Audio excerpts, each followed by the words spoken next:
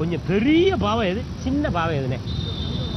பெரிய பாவம்னா பார்த்தீங்கன்னா, எங்கள் அம்மா வந்து ஹாஸ்பிட்டலில் இருக்கும்போது நான் போய் சரியாக பார்க்காது, அது ஒரு பாவம். தாயை பார்க்கல, அது ஒரு மிகப்பெரிய பாவம் சொல்றேன். நான் வெளியே இருந்தேன் பாம்பேல. சின்ன பாவம் எதுனே? சின்ன பாவம்னா ஒரு கோழியை கல்லால் அடிச்சிட்டு. கல்லால் அடிச்சது கோழி அன்னைக்கு வீட்டுக்கு தலையை திருவணில அதெல்லாம் சொல்ல முடியல.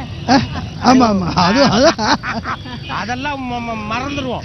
கல்ல கொண்டு அடிக்கப்படாதுல்ல. இளைய தலைமுறைகளுக்கு ஒருத்தரை அடையாளம் காட்ட வேண்டியிருக்கு. கக்கன் அப்படிங்கிற பேரு கேள்விப்பட்டிருக்கலையா? கக்கன் சீஃப் மினிஸ்டர் இருந்தார். எங்க சின்ன வயசுல நான் கேள்விப்பட்டிருக்கேன், பார்த்துருக்கேன். எங்க ஸ்கூல்ஸ்க்கு வந்திருக்காரு. காந்தி மெமோரியல் ஸ்கூல் திருவண்ணநல்லூர்னு அங்க படித்தேன். அப்பா அவர் அங்க வந்திருக்காரு. அவர் காமராஜர். அப்போ வந்து கக்கன் வந்து சீஃப் மினிஸ்டர், முதலமைச்சராக இருந்திருக்காரு. ஆமா. எந்த வருடம் சொல்ல முடியுமா, எத்தனை வருஷம் சொல்ல முடியுமா? ஏதோ சொல்றேன் நானு. 1952 or 53 இருக்கும். அந்த சமயத்துல தான் நினைக்கிறேன். ஸ்கூல் படிக்க சரியா தெரியல. ஐயா கக்கன் அவர்கள் தமிழ்நாட்டில் முதலமைச்சராக இருந்திருக்கிறார். ஆனா எந்த வருடம் என்பது ஐயாவுக்கு சரியாக நினைவுக்கு வரவில்லை. சொந்த ஊர் எது உங்களுக்கு? மதுரை. மதுரையா? ஆமா. மதுரைக்கு ஏன் மதுரை அப்படின்னு பேர் வச்சாங்க? மதுரைக்கு வேற பேர் கிடைக்கலங்கிறனால மதுரைன்னு பேர் வச்சுட்டாங்க. அதுக்கு மாட்டீங்க, நானும் எதிர்பார்க்கல. வேற கேள்வி கேட்போம். இது வரைக்கும் மனிதனாக பிறந்த எல்லாருமே ஆளுக்கு ஒரு பாவம் செஞ்சிருப்போம். நீங்க செஞ்ச பாவத்துல ரொம்ப பெரிய பாவம் அப்படின்னு எது சொல்லுவீங்க? குட்டியோண்டு பாவம் அப்படின்னு எது சொல்லுவீங்க? ரொம்ப பெரிய பாவம்னு பார்த்தா இந்தியாவில் பிறந்தது. மிகப்பெரிய பாவம் இந்தியாவில் பிறந்தது. சின்ன பாவம்?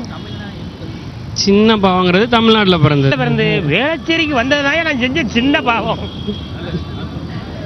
நல்ல விஷயம்னே. உங்களுக்கு ஒரு நல்ல எதிர்காலம் நான் தெரியுது பாத்தீங்களா? ஆமா.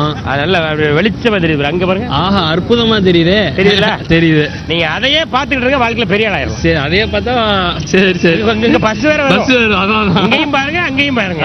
சரி. நல்ல எதிர்காலம் இருக்குனே. நான் வரேனே. உங்க பேரு கண்டிப்பா சொல்லணுமா? ஆமா. பேர் கேட்காங்க, சொல்லுங்க.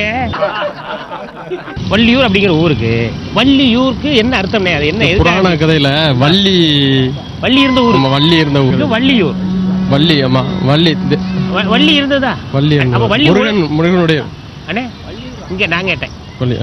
வள்ளியூர் ஞாபகம். வள்ளி வாழ்ந்த இடம். வள்ளி வாழ்ந்த முருகனுடைய வைஃப். முருகனுடைய மனைவி வள்ளி அவர்கள் அங்க இருந்தனால வள்ளியூர் வந்து.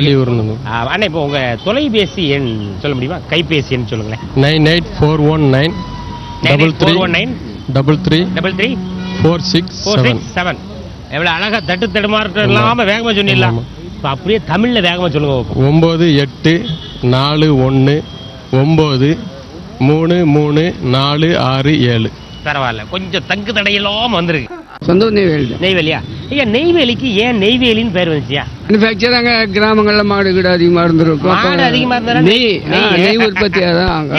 நெய்வேலின்னு ஏன் பேர் வந்துச்சுன்னா, மாடு நிறைய கட்டி போட்டுக்கிறனால அதை பாலை கறந்து தயிராக்கி மோராக்கி அடிச்சு கலக்கி நெய்யாக்குனதுனால நெய்வேலின்னு வந்துச்சு. அப்பாடா, ஒரு வழியா விளக்கம் கேட்டாச்சியா. என்ன பண்றீங்க? ஆசிரியரா? அழகான ஒரு ஆசிரியர்கிட்ட கேட்போம். வல்லினம், மெல்லினம், இடையினம், இந்த மூணுக்கும் கொஞ்சம் விளக்கம் கொடுக்க முடியுமா? வல்லினம் அப்படின்னா என்ன? ஆவனா வல்லினம். ஆவனா அப்படி சொல்லுங்க.